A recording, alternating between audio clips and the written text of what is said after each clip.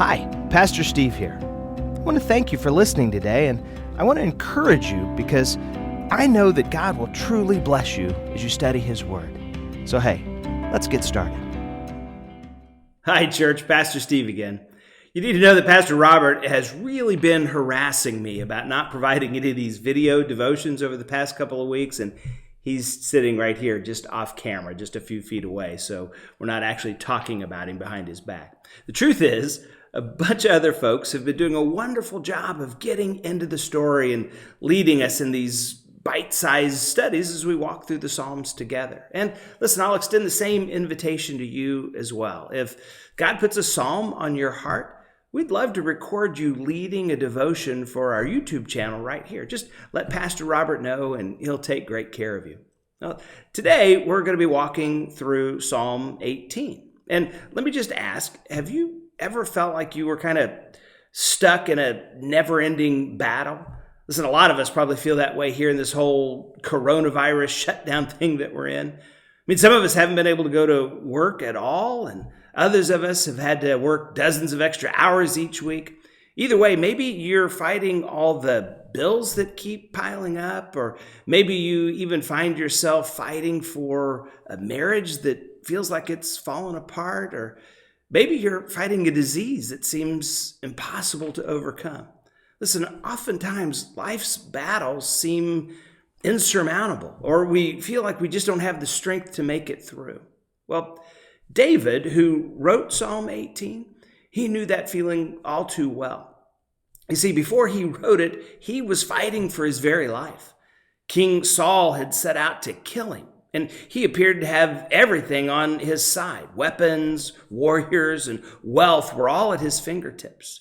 But David had God on his side, and he knew God's power was more than enough.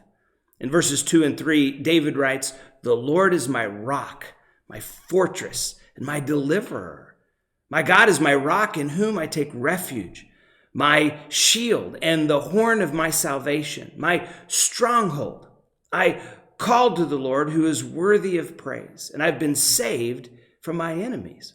Listen, the very same God who fought for David is fighting for you and me today. God did all the work necessary to defeat Saul. And as you go on to read verses 20 through 30, you're going to see that David's job was just to listen to God and to obey his commands and to trust him to take care of all the rest. Verse 6 tells us that when we call on the Lord in our distress, that he hears us and he moves on our behalf. But sometimes in our eagerness to just get past the pain, we could be way too quick to act, and we could be way too slow to listen. But if we can learn to be more like David here, and not be so quick to take matters into our own hands, well, we'll get to experience God's power and his might right before our very eyes. So let me ask you a few questions. First, what battles are you fighting on your own right now that you really need to hand over to God? Is there any area of your life where you're asking for God's strength, but you're still fighting for yourself?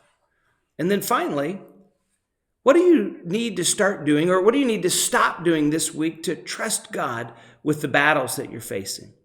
Hey, I know for me, this whole COVID mess has been a real frustration for me, as it probably has been for you as well. So together, let's spend some time this week being very intentional in listening more and letting God do what only he can do. I know we'll be blessed if we do. Hey, stay positive, Christian. Keep looking up. We'll be together again soon, and very soon.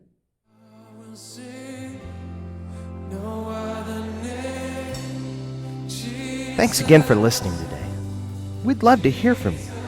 If you'd like more information about our church, or if you just want to share what God's been doing in your life, drop us a line. Give us a call. Again, may God bless you.